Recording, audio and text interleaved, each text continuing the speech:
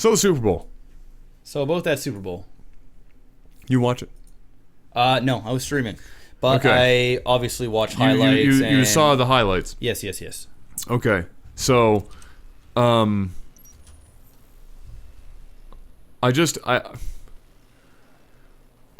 don't watch football, okay? Mm-hmm. I watch the Super Bowl. That's it. I'm one of those guys. That's it. I'll watch football if I'm at the parents. I understand football. I understand everything about it. I get all that shit, but I don't even watch basketball. Like, I just don't watch sports very often. I just watch certain events because I do find them entertaining, but I don't have the time to sit down and be keeping up with teams and everything else. I used to do that. The only thing I keep up with really is UFC. Yeah. That's it. I don't even do that. Oh well, that's it. I just keep I just watch some things. I'll keep up. I keep up through people that do keep up with shit. I've got friends that are deep into that are like stats machines, and I'm just like talking to them and trying to get so I have an idea what's going on.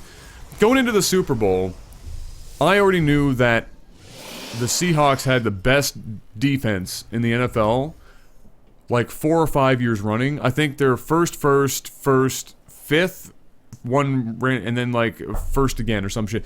They basically have, they call themselves, what is it, the Legion of Boom. Their defense is stupid, crazy, fucking epic. And the Seahawks were in this crazy position where they're not paying, including their quarterback, Wilson, they're not paying everybody huge amounts of money right now because they're not worth it yet. After this Super Bowl, unfortunately, now they are, and their salary cap won't be able to take it. So this was their chance to get that second Super Bowl before everything got... Before shit got real, right? Mm-hmm. So going into this, I'm thinking, they've got a lot on the line. They've got to make this rush. This coach wants this second Super Bowl. He needs to make this shit happen, right? Last year, great job. Marshawn Lynch is a god. The running back for the Seahawks is a god. It takes 5 grown-ass 275-pound men on his back before his knees buckle, and he still moves forward. The ref has to make the call when even if he's still standing, if the progression of the ball stops, they call it there.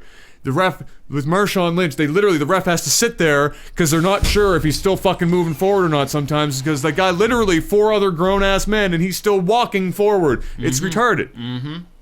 He carries literally the team on his back, and he's capable of physically doing so if necessary. Great. Okay? The Seahawks are the most readable team in the entire NFL. People can see what they're doing defensively and offensively from 5 miles away. Some dude in China who's never witnessed football before randomly looked into a telescope, saw a reflection off the goddamn moon, and saw, oh, wait a minute, they're playing man defense. Better throw a slant or some shit, right? Or throw deep, because you know it's going to work. That's how readable they are. And what happens that game? They went like 12 for 21 on passing. That is heinous. No matter how good their quarterback is, and believe me, Wilson is fucking good. He's a running back that can throw, essentially. That guy is built, most quarterbacks are not, absolutely huge. There's a couple of exceptions to that rule, but this guy is pretty jacked out of his mind, and he is fast as shit. He will run the ball for 20 yards if he feels like it, and there's nothing you do to stop him. Or he can throw the ball at 500,000 miles an hour, and there's nothing you can do to stop it. He's going to be really fucking good, and he's going to be worth a lot of money. Let him know. So you have that. You got Marshawn Lynch, the god himself, all right, that won the Super Bowl for them last year. In almost an exact same situation that happened this year. All right? So let's just look at the facts. Seahawks are readable as shit. You know what they're going to do. Okay? They have the greatest running back in the NFL right now. Perhaps the greatest running back since, Barry Sanders, who is a god in his own right. Okay? They managed to get a dude who came out of, like, nowhere. Some walk off onto the friggin', what was his name? The Foot Locker guy? No, that was the guy who caught the ball on the Patriots side. But this other guy who is a wide receiver, I can't think of his name right now, I feel bad, for the Seahawks, hadn't caught a single fucking ball all season. Not one. Not a single ball. And then in the Super Bowl, he receives for over 100 fucking yards. Okay? He shows up. He pulled a Chris Osgood in playoff mode. He just went, fuck the regular season. I'm gonna show up for this one game. The game that counts. The game that counts. Let's go. Fuck all the others. I want a paycheck next year. Let's go. I want to make this fucking happen. Let's go. Then they get this receiver. I don't know. I can't remember if it was him or not, but it was one of those. Made that crazy ass catch. Shades of the Giants catch from 2008. It was nice. Off his knee, off his dick. Pretty sure it might have hit God in the eyeball once before it bounced back into his hands. All right, makes that. At that point, even the cameraman, if you look carefully, some of the camera people and the people behind saw it and did like triple takes. Were like, "Fuck, did he just catch that ball?" Oh, he caught it. Oh, he caught it. Oh, he caught it. And at that point in time, I guarantee you, he thought to himself, "I just won the Super Bowl." Yep. Oh, he did. We're at the 5. We're 5 yards. We're 5 yards from the line. Yeah. With 30 seconds left. First down. We've won the Super Bowl, boys. Starcraft's happening, by the way. Yeah. This looks really bad for the Protoss player. Yeah. It also looks bad for the Terran player, to be fair. It looks worse for Protoss. Yeah. He won, and he should have. It looked like it was meant to be. The Seahawks were meant to win this shit. Mm-hmm. That's the kind of play they were that celebrating happens. like they won the Super Bowl. Yeah, exactly. So Sherman was on the bench. Sherman's on the bench. He's just losing his shit. He's like, "Fuck yeah!" The shit. What happened? All right, boys. They remembered at that point. They still thought that they were the Seahawks, which means they run the ball because that's what the Seahawks do. Give the ball to Marshawn Lynch. Watch what he does with it. That's what they do. All right. Hand it to him. He runs it to the half yard. He could have sneezed the ball over the line. First and goal. Literally less than half a yard from the damn line with like 28 or 24 seconds left on the clock. They had one timeout. 3 more downs. They had 3 attempts and a timeout to make this work. To make a half-yard run with the That's not greatest... even a run, bro. With the, That's not even a run. He could jump over the linesman. That's a half-yard shart. Okay? He could jump over the linesman for a half a yard. Yeah, and you've got multiple attempts to do it. Multiple. And so be it. Even if they did like a quarterback sneak or like a wide out, just run wide with Wilson, the quarterback, who is like Speedy Gonzalez with the ball. Yep.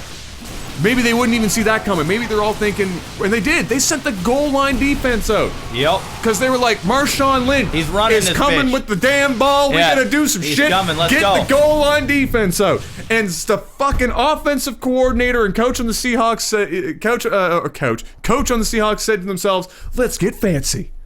They have their goal line defense out. We've got the advantage if we throw a fucking slant. Suck my dick. You have the 2 best runners in the NFL waiting to win you the Super Bowl. Let them run the fucking ball. Try running it once. What's gonna happen? You lose a yard.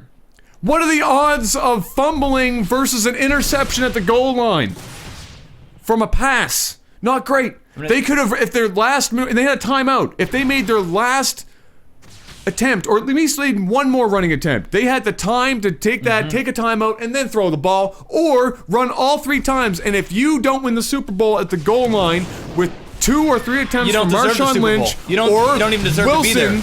then so be it. You made your best opportunity. That was your highest percentage chance. You don't deserve to win if you can't do it. And no matter how much some people have, sat back and said, you know what, I sat back and I agree with the Seahawks coach. If this was, any other game, they do the same thing. This makes sense. They're going to run the clock. Then they're going to run after they make the pass because it's going to allow them to run the clock some more and really secure the fucking suck my dick. Suck it. I know I said I don't watch football. It doesn't matter. This was, without question, oh, dude, even the announcers were just shitting all over. Yeah, in history. In the history of the sport. Of NFL, yeah. Okay? Yeah. Worst call, possibly in the history of team sport. Oof, yeah, that's... And if it's not, it is in the top 3. Period. That is like playing basketball, you're at the show. Lakers tearing it up or some shit. Somebody's tearing it up. Maybe it's LeBron tearing it up. Okay, let's go LeBron. No, let's go back in time. Michael fucking Jordan. Yeah. Tearing it up. He's got a flu. He's still putting up 38 points. Okay? Because it's Michael Jordan. Because he's Michael Jordan. Okay? That's what he does. Michael's got to hit a buzzer beater because, against all odds, the rest of the team just ain't lived up to stuff. Yeah, Scotty's having a rough day. Scotty's having a rough day. Dennis Rodman wanted 3 more colors in his hair. He didn't show up to the fucking game. Now you got a problem. Yep. Okay? The coach is sitting there and he's going, all right, we got to fucking figure something out. What are we going to do? And everybody on the bench is thinking to themselves, give the ball to Jordan. Just let him, it's Michael Jordan. He's made 1,000 clutch shots to win games. Just give the ball to Jordan. Yeah. And instead, the coach says to himself, you know what? They'll never expect this. I'm going to put in a fan. Hey! You! Fourth row back. No, not you. No, yeah, you. You stand up for a second. You work at Foot Locker, right? Stand up for a second. No, you're not tall enough. Fuck that. What? You right there. The bald guy, glasses. Yes. Perfect. Fuck. Yeah.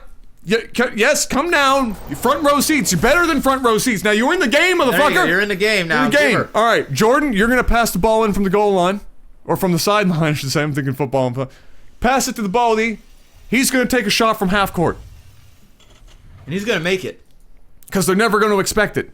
That's the level of fucking stupidity that play was. And the unfortunate part is that quarterback hasn't been in the league long enough where he can just defy the coach and make the play on the field. Yeah. If this was like Peyton fucking Manning or something, he would have said, "Fuck you, coach." Or even if this was flipped and they asked Tom Brady this afterwards. They said, if you were in that shoes, would you have said fuck it and ran the ball? And of course, Brady's not going to throw Wilson under the bus. No. He just said, I don't know. He didn't say anything. He just didn't side either way, right? Okay. The way he expressed it. Yeah. There's not a chance he's fucking making that play. No. He's not that stupid. It's fucking Marshawn Lynch in the backfield. You fucking give him the ball and watch what he does with it. But Wilson doesn't have that yet. He can't do that shit. No. It's just like there's like an unwritten rule. And so he went with the coach. Yep. And to his credit, it was an amazing throw. Oh, it was a nice throw. And to the credit to what was his name, Bishop or whoever caught it, it was an amazing catch. He read it. He said we ran this play in practice, and I saw it. I just reacted. It was automatic, and he beat him there, and he fucking caught it. And that was good. He not only did he catch it, he caught it and hit the guy that was supposed to receive it so hard he knocked him in next Tuesday. Yeah, he knocked him out. Like he was just and it was funny because in slow motion you can see the guy. You can see the guy who gets hit. You can see he was his about face. to catch it too. Oh yeah, no, it was a beautiful throw. Yeah, he was gonna catch it. The problem is, no matter how good that catch was, no matter how good that throw was, that throw should have never happened. He shouldn't have had the opportunity to make that catch. It should never have been a thing. And so here they are. Now they don't win the Super Bowl. Wilson's going to blame himself for history, even though it's the coach's fault. Yep. Right? Oh, he got zero sleep that night. Oh, just zero. He's still awake right now. He still went, 2 days afterwards, he still went back to his duties, did I think it was the Children's Wish Foundation. He was still at the hospital 2 days later doing his thing, because he's a baller. Right? You could tell he was still dead in the eyes. Oh, yeah. His soulless. And the most famous reaction gif now on the internet right now is Sherman from the sideline. You can physically see him die. His insides get turned out. You watch him die. Immediately. It was fucking crazy. Like, Natalie saw it. Natalie almost started crying. She was like, holy shit, that just made me so sad. That's how fucking heartbroken. Can you imagine if you're a Seahawks fan and you've got money on there, and you're if you're a betting man, okay, you're down points. Okay, you're half a yard away from Super Bowl. You've got a bunch of money on this shit. You've already won the Super Bowl. You've already won the Super Bowl. You're already fist pumping your boys. Oh yeah. You've already taken a couple of extra shots. You're rubbing it in on Facebook already. Suck a dick, everything. Patriot fans. Suck a fat dick. Deflategate that. Deflategate that bitch. And then that happens. That is the coldest. Oh. That will actually make you not a fan anymore. You're like, fuck this team. Well, you say fuck the coach. Right? Yeah, that's the craziest part. The craziest part about the Seahawks is that their coaching staff is so absolutely horrid. I mean, the coaching staff is the reason why they're the most readable team in the entire. Because the coaching staff is who decides what plays they're going to run, defensively or whatever else. They're the most fucking obvious. The thing is, their players are so good that it doesn't matter. That's how good they are. So if they had good coaching, they'd be fucking undefeated. They'd be just gods. But now that their core players are actually worth way too much money after this whole show. Oh yeah, way too much money. Their cap won't take it, And so now they're going to be, and unless they pull like a Green Bay, whose entire organization is built around making it such a fun and awesome place to be that you want to stay there, even if it's for less money, because everybody's treated so well and everybody gets along so great, which they fucking do not have. But unless that was the case and people took a cut to stay there for the sake of the team because they think they have a great chance to go back and do it again, they're losing people left, right, and center, and he can forget about ever going back to the Super Bowl for a long time unless that happens. And it's fucking terrible. I got, again, I don't watch football. I got so angry. I was so speechless, angry watching TV. I was rooting for the Patriots anyway. So, like, I like I said, I don't really watch football either. I watch Super Bowl. I watch some games here and there, but I understand the game. But I just kind of laughed.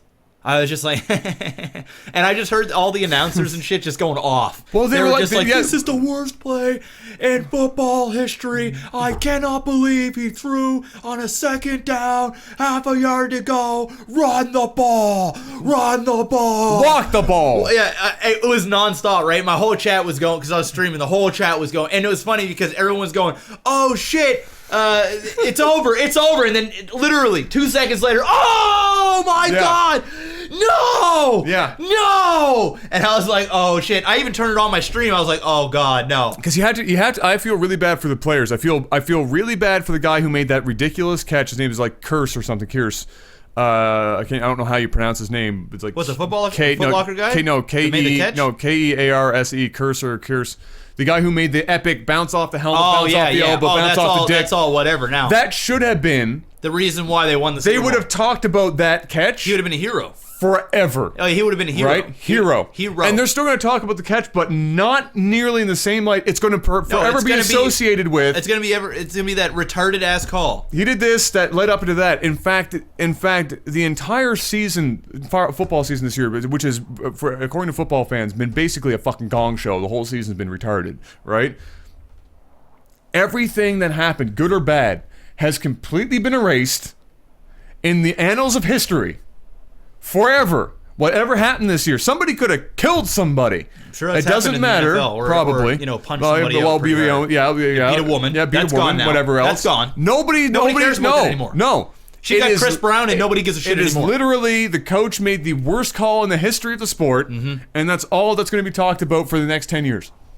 Yeah, I mean, in regards to that Super Bowl. Dads were beating their kids, husbands were beating their wives. Somebody got so angry that a grandma caught a punch. Yeah, I mean, people are on trial for murder. I mean, it's a shitstorm, but all that matters now is the worst call in history. It's the worst call in history. It overwrites everything, which is crazy because it overshadows the guy who caught for over 100 yards, even though he caught dick all the whole time. It's going to still even overshadow the guy who caught the ball for the Patriots. They're going to talk about it a lot because it was in relation to that worst call ever, but it's still going to... Everything gets What's up with the guy from Foot Locker? They just pull this guy out from Foot Locker, and he just makes so how I understand it is that he wasn't drafted. So essentially, at one point in the season, somebody probably can correct me in the chat who knows more about this than I do, but this is how I understand it: is that essentially he's not drafted, which means at some point they put a call out looking for people to play some ball, like a camp. Maybe they did a camp or something, and this guy shows up. Yeah, he tried out. And they said, okay. So he just got taken off the streets. Yeah, he works at Foot Locker. And to his credit, according to his teammates, he's a hard-working motherfucker that is there early trying to teach himself to be a better football player. And obviously it fucking paid off because he made an amazing catch. Well, look at him now, bro. He made an amazing catch. He's now worth... He's making money. Oh, dude. He was making $0.00 before. Dude, he was making minimum wage at Foot Locker, trying to get that commission, trying to peer pressure you into buying some Nikes that you don't really want. Those Air Jordans, man. Into making the catch of his life. Yeah. Winning a Super Bowl single-handedly. And if Foot Locker doesn't sponsor this guy, that's fucked up. I mean, that should be a shoe-in sponsorship. He should be doing... No pun intended? Yeah. Yeah. Seriously. He should be in a Foot Locker commercial. I wouldn't be surprised. Dude, it's got to happen. It's got to fucking happen. That guy's loving life. Can you imagine getting called in, all right? You're playing the Super Bowl, and you fucking... Some four-string bum. And you make the catch that wins the Super Bowl... Your whole life is changed in an instant. And you know what? To talk about just one more little bit here. That fight that happened afterwards. Oh, that was so unclassy, bro. Okay. I was going, no, guys. I was going, no, don't do it, boys. Yeah, I was upset because don't before, do it, boys. I still feel bad for the players, but that made me feel a little less bad for them. But to be fair to them, oh, they were frustrated. it's a bunch of grown ass men that have busted their balls an entire season. They already won the Super Bowl where they were. Yep. And then the coach makes that call. Oh, they're pissed. What are they gonna do? Go beat up the fucking coach? Oh, they're pissed, dude. They can't complain to the coach. And you know the other team? Pardon my French. Oh, yeah, you know the other team's going, yeah, that was dumb, nigga. Oh, now yeah. what, nigga? Say something. Yeah. And you know how football players are too, right? Well, if you watch motherfucker. Oh, you know they were saying, if you what watch now? it, oh yeah, what now? And yeah. they're going, let the bodies. Oh, testosterone that was flying through the roof. And the fact you just lost a fucking Super Bowl over that shit. Oh, dude. It was hilarious listening to Brady talk because Brady's like what? I think Brady's like 6'4" or something like that, 6'5". Yeah. You know, I think he's like 218 pounds. That's a pretty big fucking guy. He's not a small right? dude. He's not a small dude. But in comparison to the freaks of fucking nature on the field, he's a tiny. He said he looked around, he saw like Gronkowski, who is 6'5", 290, brick fucking like wall or whatever. He just literally, there's no neck, it's shoulders to ears, just fucking big. Started throwing haymakers and shit. That's it. Walk away. Brady looked at it. He said, "No joke." He said, "I'm gonna." He said at the interview, he looked down at himself. He said, "I'm gonna die." So he just got the fuck out. Yeah. You know what? My arm is worth way too much money. Yeah, I'm going to walk away now. Get out. I've got a $40 million mansion and a hot smoking wife that I'm going to bang tonight. I'm not going to the hospital. No. And I don't want to go 6 feet under. If there wasn't a helmet on some of the guys' heads out there, somebody would have lost a life. Somebody would die. When somebody who is 280 pounds of muscle punches you in the face, I don't care if you're also 280 pounds of muscle. Someone's dying. Your face doesn't have that much muscle. You're eating shit. You're eating teeth. You're eating something. That's not a field that you want to be. No, it's a bad field. No. That's a bad field. That's like going to a rock concert in a mosh pit, except that now you're dealing with monsters in a mosh pit. Yeah, it's a mosh pit of 300-pound men. No thanks. Even the refs couldn't do shit. They were just there going. And some of the pictures you can see refs. Even the refs' one or two refs. One or two refs were like smiling because they were like, "I'm gonna have to make it look." You know, I've already thrown every flag I have on my person. Yeah. To try and stop this. Flags ain't doing shit. It's not stopping. I said, "I'm a 160-pound white guy. I'm not about to fucking stop." No. All this shit from going down. So they were in the middle of it. And there's a couple pictures of refs like physically they're just fucking smiling because they're like, what the fuck am I supposed to do here? It's just nothing's gonna happen. If I get in the middle of this and I catch a punch, I am going to die. I am dead, and I don't have that great of insurance. No. So that's it. You know, Obamacare sucks. All right. Well, ladies and gentlemen, there's your podcast. As promised. I want to point that out. As promised. I told you last game.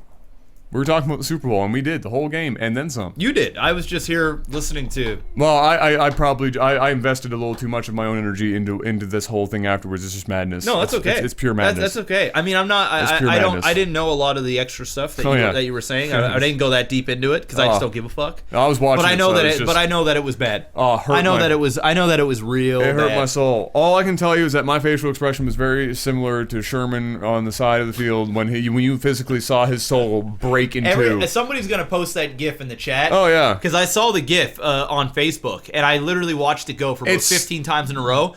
And the name of the GIF was like, you can pinpoint where like he dies. Where his soul just fucking evaporates. And you can see it. Oh yeah, and you can see the people behind him too. Like everybody was just like. It was bad. It was bad. Oh, God.